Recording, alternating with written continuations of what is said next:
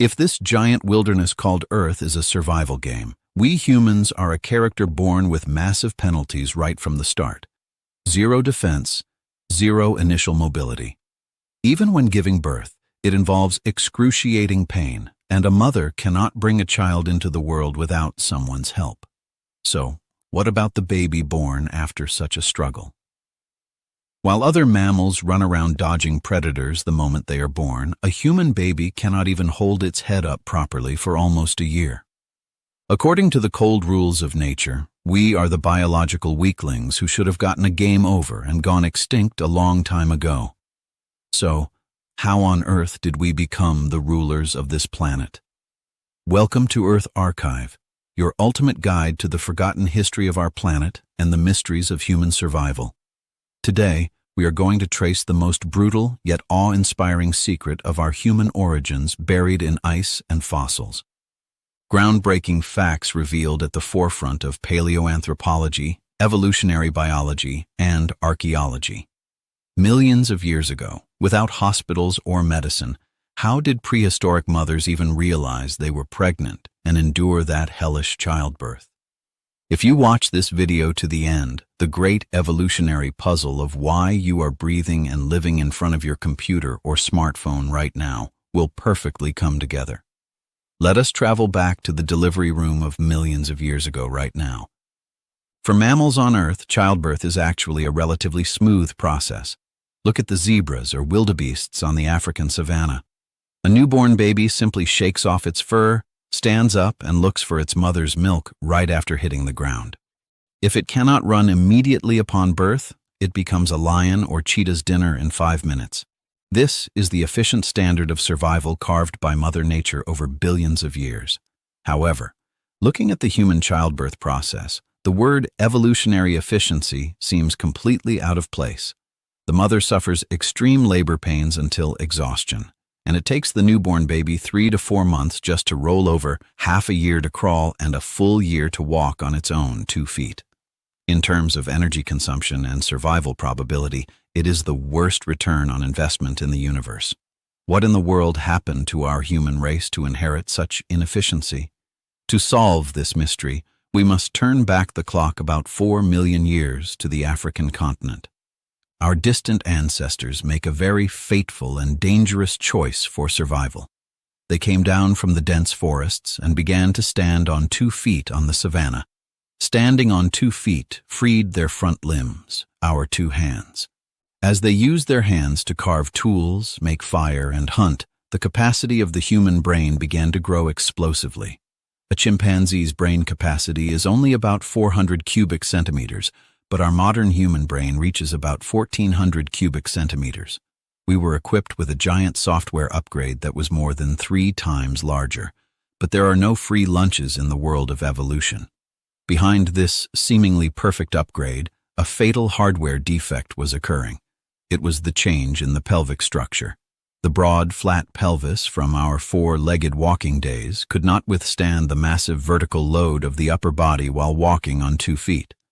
To prevent internal organs from spilling out, the pelvis had to be firmly redesigned into a narrow and deep bowl shape. Here, people often have a misconception. Does evolution not develop into the most advantageous and perfect form for survival? However, from the perspective of evolutionary biology, evolution does not seek perfection. It merely finds the minimum compromise to survive and reproduce in the moment. Encephalization, or the growing of the brain, and bipedalism, or walking upright. These 2 things made humans the lords of creation, but they caused a catastrophe inside the female body. A terrifying contradiction arose where a baby with a head 3 times larger had to pass through a passage, the birth canal, right in the middle of a narrowed and hardened pelvis. Scholars call this the obstetrical dilemma. Let me give you some numbers to feel how extreme this situation is. The average head circumference of a modern human newborn is about 35 centimeters, but the narrowest point of the female pelvic birth canal that this giant head must break through is on average only about 10 centimeters. To use an intuitive analogy, it is like trying with all your might to push a large watermelon 35 centimeters in diameter through a plastic pipe the size of a lemon. Now, look at a chimpanzee's birth. The size of a chimpanzee baby's head is less than half the size of the mother's birth canal. It slides out very easily, like throwing a baseball through a hula hoop. Only humans had to endure a perilous childbirth without even a millimeter to spare. So, how did nature solve this structural contradiction that breaks bones and tears flesh?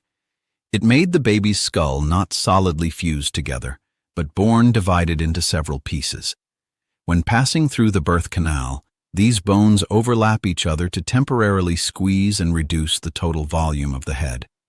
The reason there is a soft spot on the top of a newborn's head is the trace of enduring this terrible pressure. And if the brain is kept in the womb until it is fully grown, the head becomes too large, and both mother and baby die. So humanity made the extreme choice to hurriedly push the baby out of the womb when its brain is only 25% the size of an adult's, meaning when its bodily functions are not fully developed at all.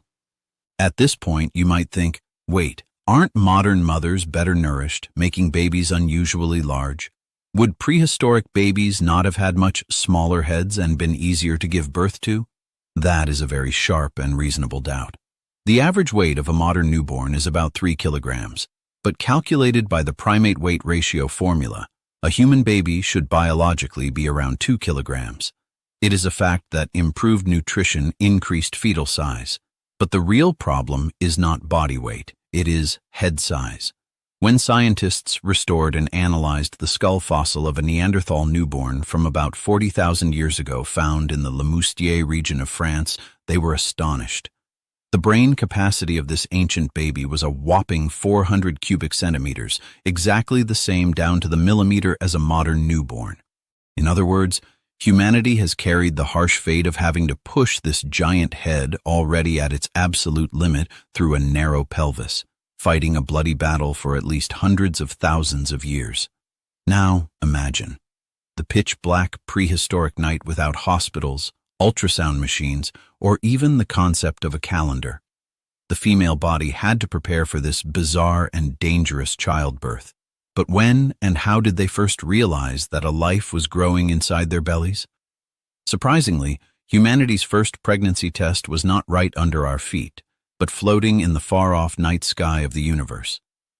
Prehistoric women booked for bone-crushing pain due to the obstetrical dilemma. Tens of thousands of years ago, when hospitals, ultrasound machines, and even the concept of numbers were faint. How and when did they first know they were pregnant? It is easy to think they just vaguely noticed changes in their bodies, but the answer was in the cosmos, specifically the night sky. The time it takes for the moon to wax and wane, the lunar phase cycle, averages about 29.5 days, and a healthy woman's average menstrual cycle is about 28 to 29 days. Is it not surprisingly similar? Evolutionary biologists say this is by no means a coincidence. For millions of years without artificial lighting, for humanity living outdoors, the moon was the only light source illuminating the night sky and the most accurate and absolute clock.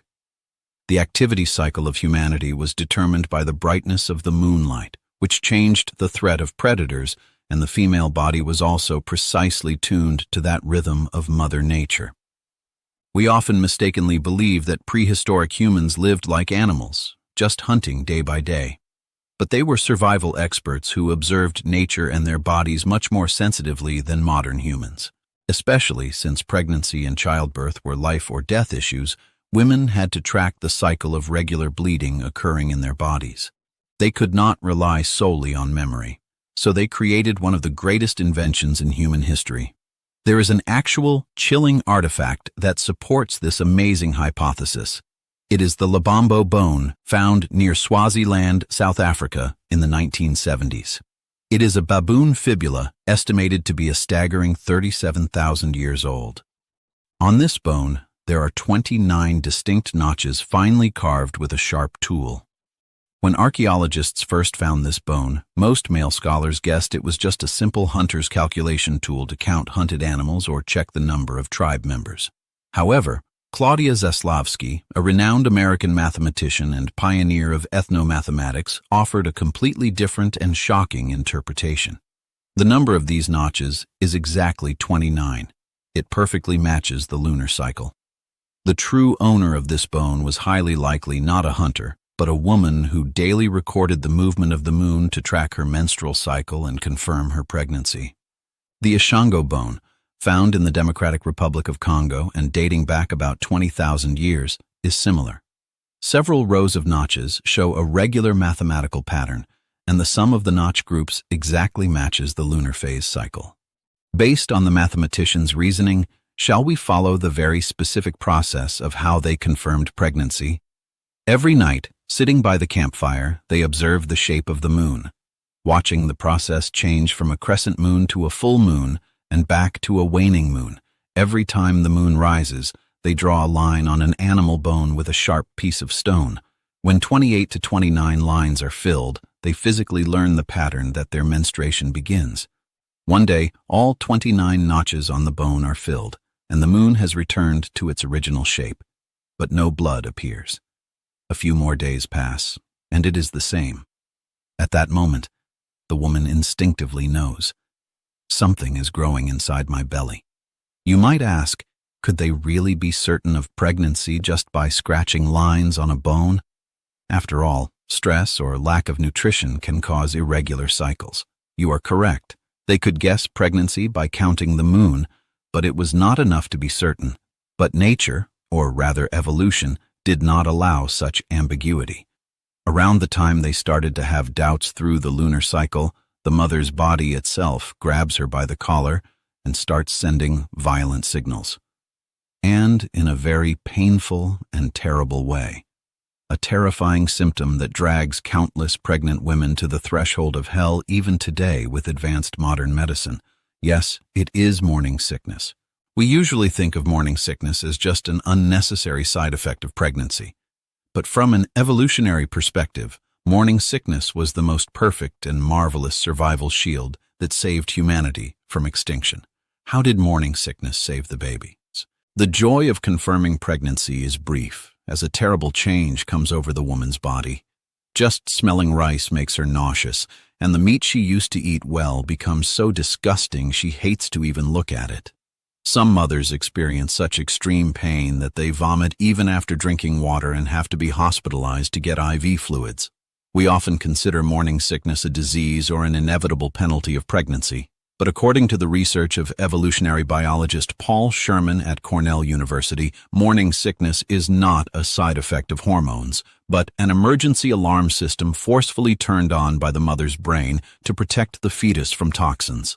Medically termed nausea and vomiting of pregnancy, surprisingly it appears most severely during early pregnancy, the critical period between 6 and 18 weeks when the fertilized egg implants and the fetus's brain, heart, and major organs are forming very rapidly. This is no coincidence. You might think if you are pregnant, you should eat well, so why make the mother vomit everything and starve her? In our clean modern environment, that makes sense. But you have to imagine the harsh wilderness hundreds of thousands of years ago when this mechanism was set up. In prehistoric times, there were no refrigerators, no expiration date labels, and no pasteurized milk. Cooking techniques were primitive, just roughly searing over a fire. The meat they had to eat every day easily spoiled and was crawling with parasites and fatal bacteria.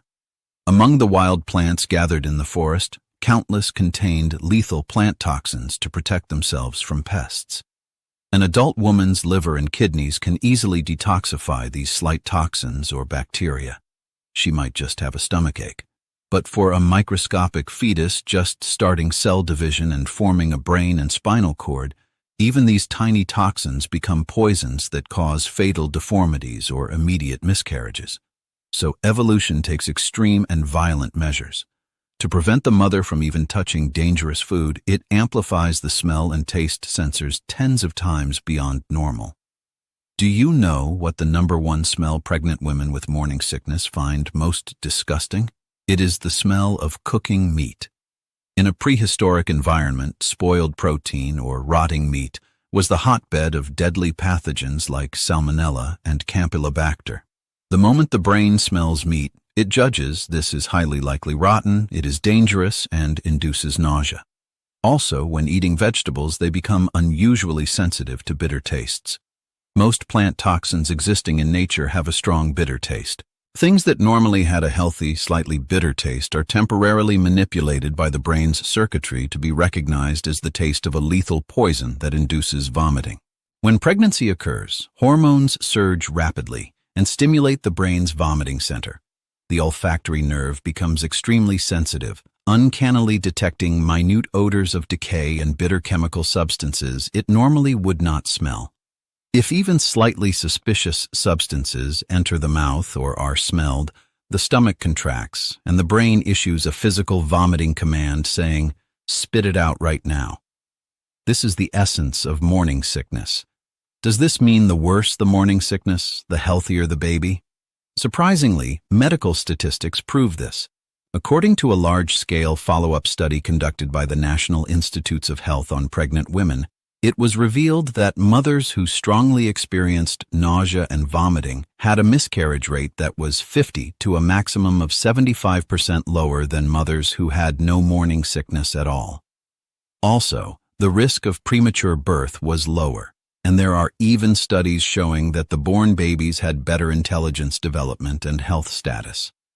That painful moment when a mother holds onto the toilet bowl and vomits with tears pouring down is actually a sacred defense battle, protecting the fragile universe inside her belly with her whole body. Evolution is thoroughly selfish. Rather than having the mother suffer from malnutrition and grow thin, it was overwhelmingly more advantageous for the reproduction of the species to prevent deformities and save a fetus with healthy genes. They guessed pregnancy by counting the moon, and confirmed the bodily changes through hellish morning sickness. Thanks to the shield, they avoided toxins, but a fatal problem occurs. Unable to eat meat and vomiting all vegetables, the very minerals and nutrients to build the baby's bones and blood run out. In the distant ancient past, without nutritional supplements or calcium pills, starving mothers on the verge of death made an extreme choice to save themselves and their babies. They got down on the ground and started digging up and eating this. What in the world did they put in their mouths? Ancient women guessed pregnancy by counting lunar cycles and confirmed bodily changes through morning sickness. But humanity is an animal of curiosity. Going beyond guessing from bodily reactions, they wanted clear, physical evidence they could see with their own eyes to confirm a real child was inside. Surprisingly, that evidence remains clearly in an Egyptian papyrus record from 3,400 years ago. Scholars decoding ancient Egyptian medical papyri kept in the Berlin Museum could not believe their eyes when they saw a bizarre prescription written there. It was the first pregnancy test method recorded in human history. The method was very ingenious and intuitive. We often think of ancient medicine as blind superstition, like a shaman lighting a fire, chanting unknown spells, or applying animal blood. But the Egyptian pregnancy test was based on thorough empirical science. They did not know the scientific theory, the word hormone, but through countless trials and errors, they were utilizing a very accurate biological mechanism in their daily lives. The pregnancy test method written on the papyrus is like this. A woman in the Nile River basin suspects she is pregnant. She puts wheat seeds and barley seeds separately into 2 small bags. And for several days, every morning, she pours her urine on those bags. The method of reading the results is also very specific. If the seeds sprout, she is pregnant. If the seeds rot without any reaction, she is not pregnant. They even added a gender prediction. If the wheat sprouts first, it is a daughter, and if the barley sprouts first, it is a son. Modern scholars who first saw this record sneered. A pregnancy test where you pour urine and see if it sprouts sounds like romantic nonsense from an agricultural society. They dismissed it. But in 1963, some mischievous scientists actually tested this Egyptian papyrus prescription in a lab. They collected urine from pregnant women, non-pregnant women, and men, and actually poured it on seeds. What were the results? The scientists could not shut their mouths. Amazingly, 70% of the seeds watered with pregnant women's urine sprouted. On the other hand, the seeds did not sprout at all with the urine of non-pregnant women or men. Although the gender prediction using wheat and barley was wrong, the accuracy of determining the pregnancy itself was excellent enough to rival modern pregnancy tests sold in pharmacies. How on earth was such magic possible? The secret was hidden in the estrogen hormone. When a woman becomes pregnant, estrogen and luteinizing hormone levels in her body skyrocket to protect the fetus and develop the uterus. The massive amount of leftover hormones the body cannot use is naturally excreted out of the body through the mother's urine. And in terms of plant physiology, mammalian estrogen plays a role very similar to a plant growth hormone. This massive amount of estrogen concentrated in the pregnant woman's urine soaked into the wheat and barley seeds, acting as a powerful natural fertilizer and a germination promoter. Written records only date back to Egyptian papyri, but anthropologists estimate that prehistoric hunter-gatherers long before Egypt would have done similar plant reaction tests. Urinating in a specific spot every day and seeing the grass grow unusually lush there, they would have intuitively realized, my body's condition has changed. Over tens of thousands of years, humans instinctively communicated with nature and deciphered the secrets of their own bodies. Now, confirming pregnancy is great, but a terrible emergency immediately breaks out in the mother's body. It is because of the hellish shield mentioned earlier, morning sickness. She cannot eat meat and throws up all the berries. With no food coming in, the mother's body starts extracting calcium from her bones and squeezing iron from her blood to forcefully supply the fetus. A horrific situation where teeth become loose and bones start breaking due to malnutrition. Prehistoric mothers without iron or calcium supplements make an extreme choice to survive. They dig up the ground beneath their feet and start putting dirt in their mouths. Pregnant women digging up and eating mud. Through the eyes of modern city dwellers, it is a shocking and bizarre sight. You might pity them, thinking, how poor and ignorant must they be to eat dirt because there is nothing else to eat. But this is not because of hunger. Scholars call the act of eating dirt geophagy. Surprisingly, this phenomenon is a very ancient prenatal care tradition of humanity that has been shared across countless cultures around the world for tens of thousands of years, from Africa, South America, and Southeast Asia to modern rural areas in the southern United States. Modern medicine sometimes treats the symptom of craving strange things when lacking specific nutrients as an illness called pica. But from the perspective of evolutionary biology and anthropology, geophagy is not a simple psychological abnormal behavior. Rather, it was the most rational and smart pharmacy prescription issued by the brain to prevent extinction in the barren wilderness. The first question that comes to mind is probably, dirt must be mixed with all kinds of bacteria, parasites, and animal feces. So, wouldn't it be more dangerous for a pregnant woman with a weak immune system to eat it? That is an accurate point. That is why prehistoric mothers did not just pick up and eat any dirt off the street. They knew from experience that topsoil was contaminated. So they dug very deep into the ground with shovels or sticks and selectively dug out clean, fine clay from deep strata where bacteria and parasites could not breed. Some tribes in Africa even baked the excavated clay in a fire to sterilize it before eating. Why on earth did they eat clay? The first reason is mineral supplementation. For mothers whose bones and teeth were melting away because they could not eat regular food due to morning sickness, the clay from specific strata was truly a natural multivitamin. When researchers analyzed the components of the clay eaten by African pregnant women in a modern lab, they found it concentrated with enormous amounts of calcium, iron, zinc, and magnesium, which are essential for building the fetus's bones and blood. To fill the lacking nutrients, the brain manipulated the taste sensors to make the smell of dirt feel very fragrant and mouth-watering.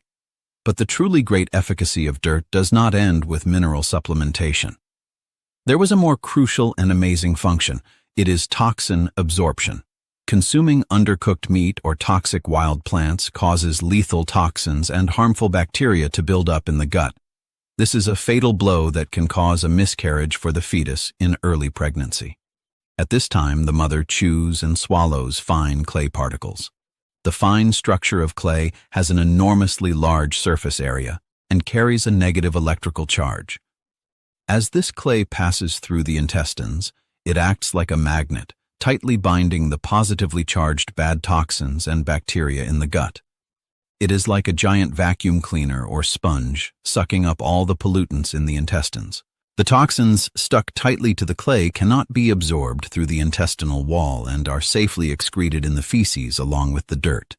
It is a perfect natural antidote. Does it scientifically make sense that dirt removes toxins? Modern people will probably find it hard to believe. You would say, no matter what, how can dirt be an antidote? But do you all know the liquid suspension medicine you get prescribed at an internal medicine clinic when you have a stomachache, acute diarrhea, or food poisoning called smecta? That thick medicine that smells like vanilla or melon. Surprisingly, the main ingredient of that smecta is a natural clay mineral. Yes, that is right. It is dirt. It means that the principle of the enteritis medicine produced and sold by modern pharmaceutical companies with cutting-edge technology is 100% identical to the toxin absorption principle of the mud that pregnant women in the African savanna instinctively dug up and ate while clutching their stomachs tens of thousands of years ago. Prehistoric mothers did not know scientific theories, but using their own bodies as laboratories, they found the perfect prescription necessary for survival and passed that knowledge down to their daughters through generations, the evolutionary shield of morning sickness and Mother Nature's prescription of dirt. Prehistoric women barely endured the 10 months with these tearful weapons. But the real despair starts now. In exchange for successfully raising the fetus in the womb for 10 months, they had to stand before the most cruel gateway in human history: childbirth. Why must a human baby twist its body 90 degrees twice like a corkscrew when coming out into the world? We will now dissect the mechanism of the most horrific childbirth among mammals, where even a slight slip results in the instant death of both mother and baby. The evolutionary shield of morning sickness, the natural supplement of dirt. Prehistoric mothers tenaciously endured the hellish 10 months with these two weapons. But the real crisis had not even begun. The final gateway faced at the end of a 10-month bloody journey: childbirth. And this childbirth was the most cruel and bizarre curse placed upon our human species. Do you remember the obstetrical dilemma explained in the earlier part? The mother's narrowed pelvis for walking on 2 feet, and the baby's head that grew 3 times larger to become smarter. The delivery room is the very scene where these two hit head-on. For other primates like chimpanzees or gorillas, childbirth is a relatively very simple process. The passage of the birth canal is straight and wide open, so the baby just slides straight out like going down a slide. But human childbirth is different. The mother's birth canal is not a straight line, but looks like a bent pipe. Moreover, the shapes of the entrance and exit are completely different. The entrance of the pelvis is a wide oval horizontally, while the exit is a wide oval vertically. Seeing movies or dramas, we often see the mother screaming and pushing hard, and the baby seemingly popping out. So we mistakenly think the baby just stays still and is pushed out solely by the mother's uterine contractions. Absolutely not. If the baby just tried to go straight like a chimpanzee, its bones would 100% get stuck in the middle of the birth canal, and both mother and baby would meet a gruesome death right there. To survive, the human baby must perform a very complex and delicate biological acrobatics on its own the moment it leaves the cervix. To use an intuitive analogy, this process is like pulling a cork out of a tightly plugged wine bottle. It never comes out if you just pull it. You have to twist and rotate it this way and that for a gap to barely form and pop out. A human baby must also twist and rotate its body to pass through the mother's narrow birth canal. Because the pelvic entrance is wide horizontally, the baby first enters facing the mother's side, meaning it enters with its head lying horizontally. As it comes down to about the middle of the birth canal, the space changes vertically. At this time, the baby tucks its chin closely to its chest and sharply twists its head 90 degrees to ride the narrow gap. Now the baby's face is looking towards the mother's spine. Is it over once the head, which has the largest volume, comes out? No. For bipedal walking, the human collarbone lengthened, making the shoulders very wide. Even if the head is out, the shoulders get stuck on the pelvis.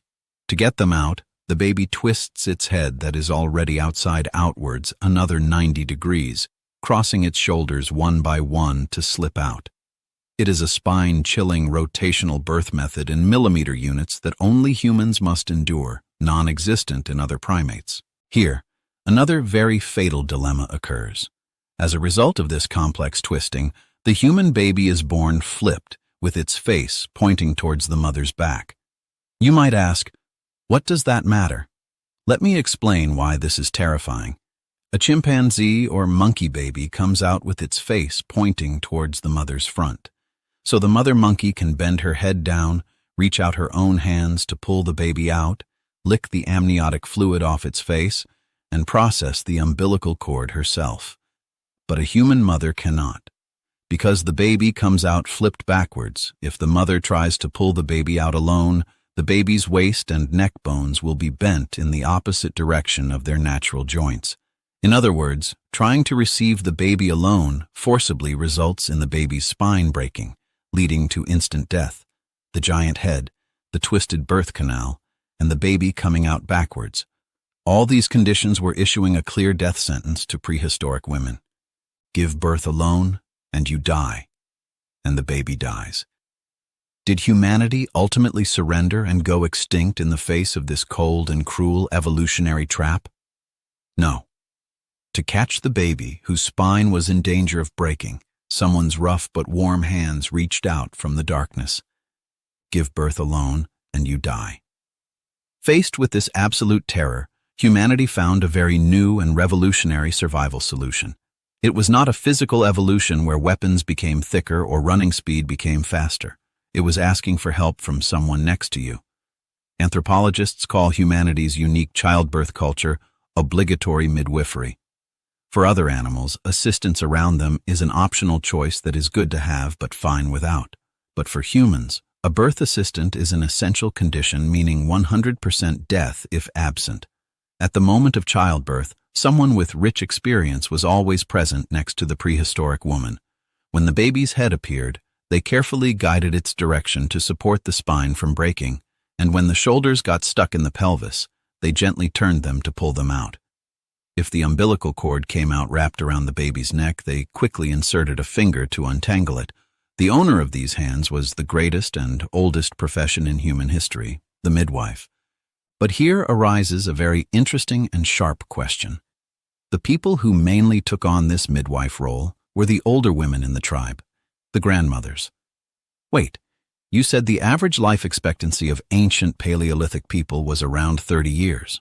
They would not have even lived to become grandmothers, so what is this talk about midwives? There will certainly be people who argue this. You are right. The average life expectancy of Paleolithic humans in textbooks is under 30. But a terrifying statistical trap is hidden here.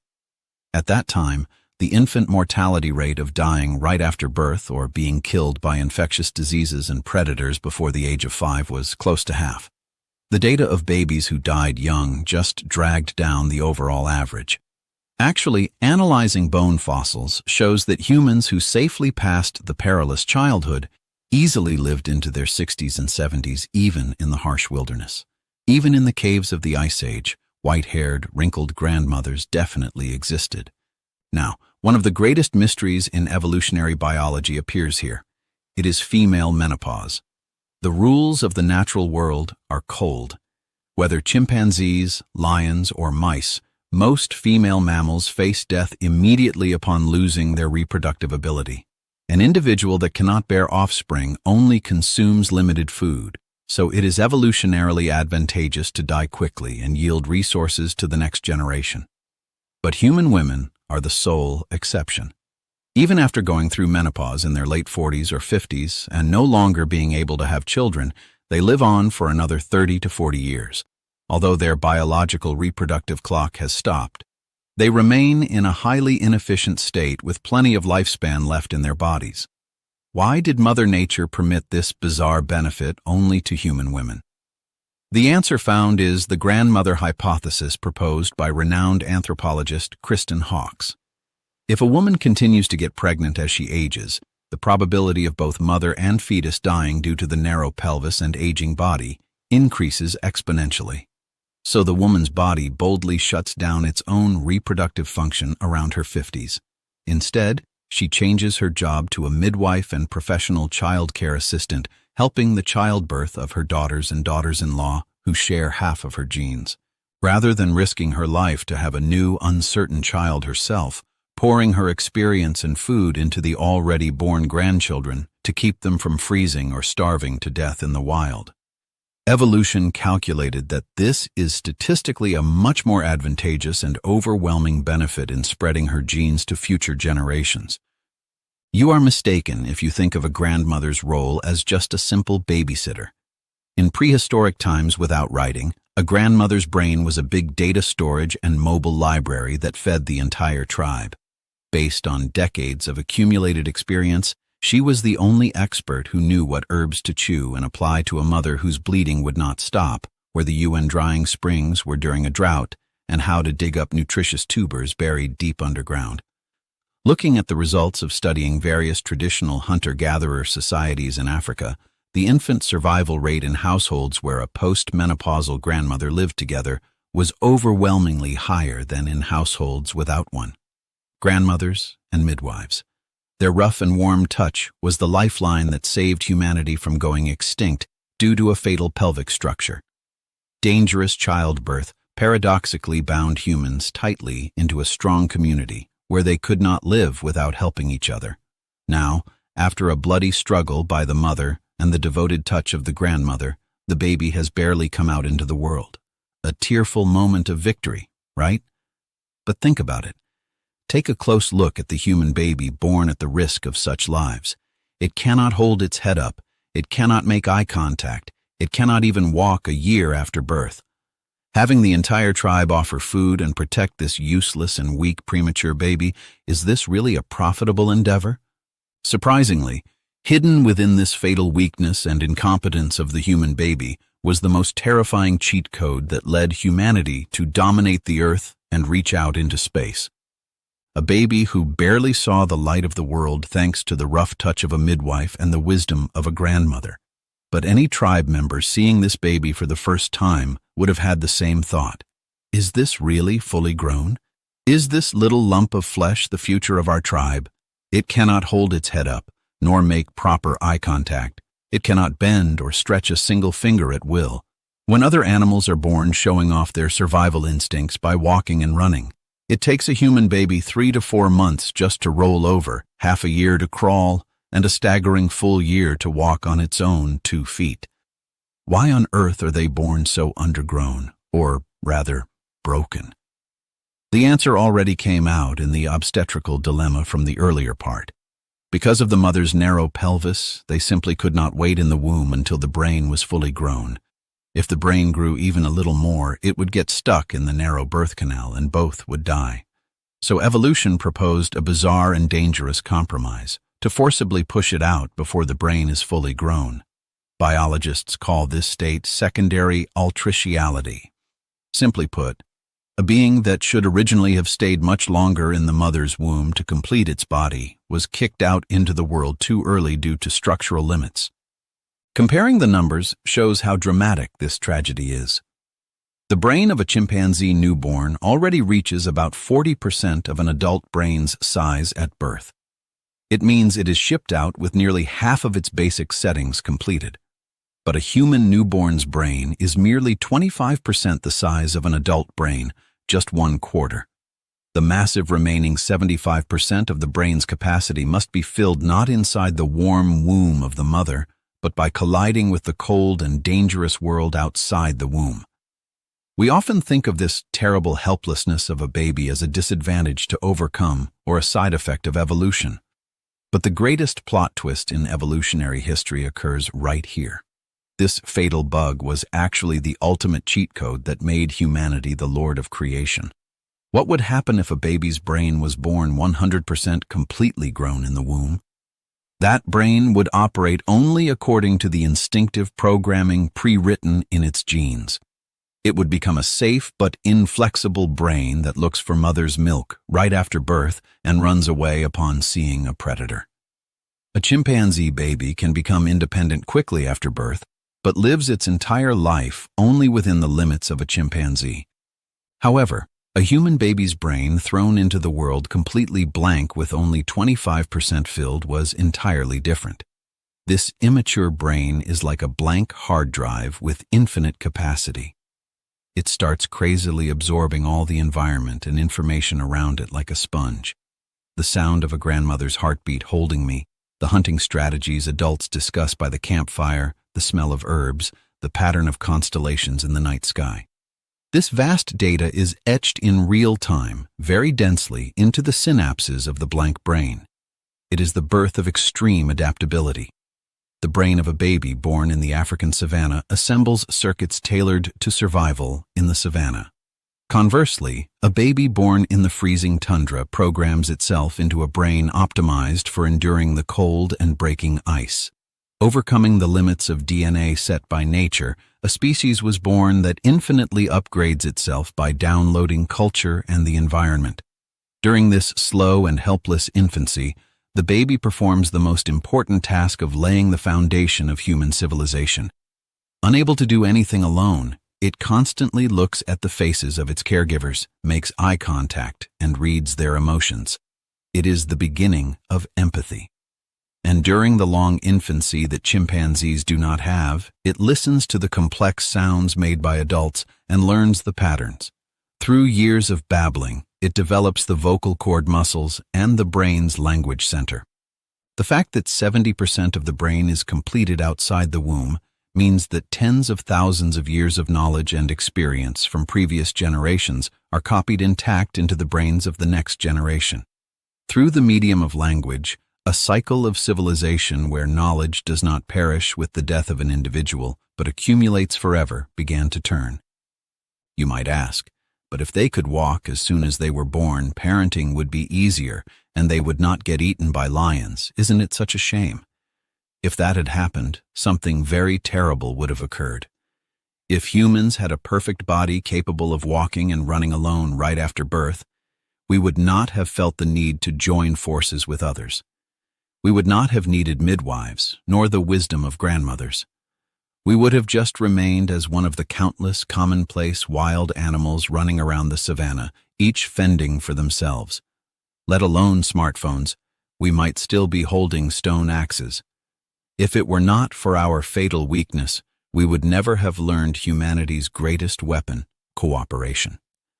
Now let us return to the question we threw out at the beginning. According to the rules of nature, humans, the biological weaklings who should have gotten a game over a long time ago. Zero defense, zero initial mobility, up to the extreme pain of childbirth. But humanity did not yield to this cruel penalty. They guessed bodily changes by counting the moon and protected the fetus with hellish morning sickness and the instinct to eat dirt. They created the great solidarity called midwives to save babies whose spines almost broke stuck in the pelvis, and postmenopausal grandmothers dedicated their lifespans to raise those fragile lives. Because we were born in the most helpless and undergrown state, we could fill our blank brains with infinite knowledge and language. Because we could neither give birth nor raise children alone, we built a super cooperative society that no predator would dare mess with. The real reason humanity became the final winner of this harsh survival game is not because we are perfect. It was thanks to the fatal weakness we bear and the hands of each other that willingly filled that void. The strong altruism that bloomed in the caves of the Ice Age millions of years ago is the real reason you and I are enjoying civilization right this moment. How was the mystery of the birth of life traced by Earth Archive today? Just as our ancestors, tens of thousands of years ago, survived the crisis of extinction through cooperation, helping each other, I too am surviving in this harsh YouTube algorithm ecosystem thanks to the solid cooperation of your subscriptions and likes. If today's story thrillingly stimulated your brain, do not hesitate to become a tribe member of Earth Archive. In our next video, we will delve into the shocking secret of what terrible yet amazing traces ancient viruses found in frozen glaciers left in human DNA. Until now, this has been Earth Archive, the place that decodes the forgotten history of Earth. Thank you.